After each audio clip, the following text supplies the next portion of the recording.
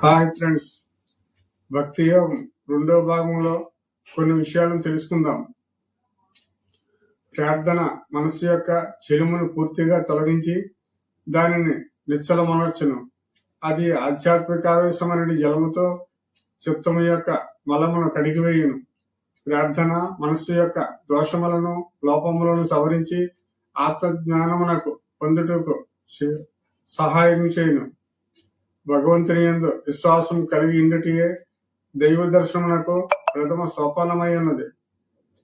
విశ్వాసము సజీవమై ఉండవలయును, అచంచలమై ఉండవలయును. మానవునికి శ్రద్ధ ఇండునేని బలము, జ్ఞాపక శక్తి ఇత్యాది సద్గుణములు స్వయముగా ఏతించును.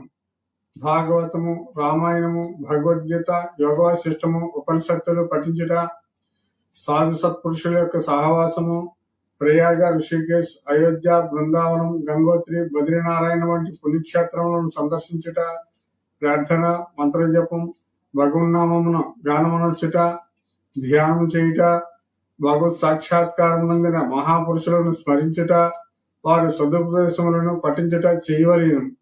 భగవంతుని ఆరాధించుటకు నవవిధ భక్తి మార్గములను భాగవతం, విష్ణు పురాణంలో తెలిపి ఉన్నారు.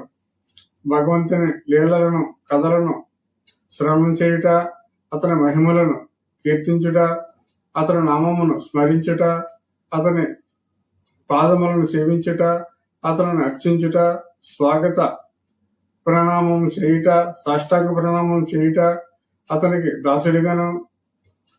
దాసుడినని భావమును పెంపొందించుకొనుట, అతనికి సకుడినను భావమును అభివృద్ధి చేసుకొనుట, పూర్ణ శరణాగతిని పొందుట అంటే ఆత్మనివేదనము.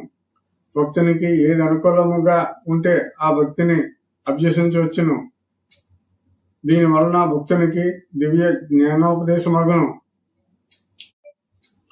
ఈ కలియుగమునందు భగవత్ సాక్షాత్కారము అందుటకు జపము, కీర్తన మిక్కిలి శక్తివంతము సాధనములయ్యున్నవి. సర్వకాల సర్వావస్థలందు భగవంతుని నామరూపములను శృతిగా నిలుచుకొనుట స్మరణ అనబడును. స్వాత్మ శరణాగతియే ఆత్మనివేదన అనబడును. ఎవరి హృదయము వాసుదేవునికి అర్పింపబడును, ఎవడు పూర్తిగా వాసుదేవునికి శరణాగతి నందును అతడు పూర్ణ పరిశుద్ధుడే. శాశ్వత బ్రహ్మము నందునని విష్ణు సహస్రనామాలలో తెలుపబడినది.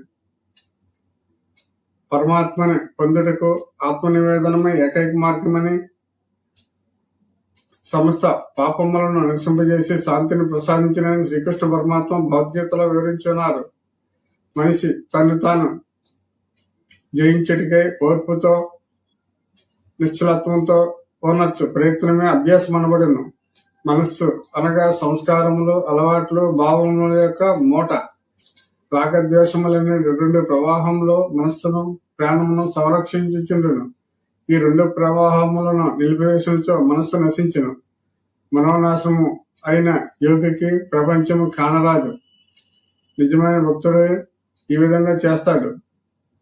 నేను చేయుచున్నది అందమైనను, అందవిహీనమైనను, దుష్కర్మ అయినను, సత్కర్మ అయినను, వాంఛాసహితమైనను, వాంఛారహితమైనను సర్వస్వము నీకే సమర్పించుచున్నాను అని ఫలాపేక్షరహితంగా కర్మ అనొచ్చటియే కర్మఫల త్యాగం అనబడినని శ్రీకృష్ణ భగవానులు తెలిపి ఉన్నారు.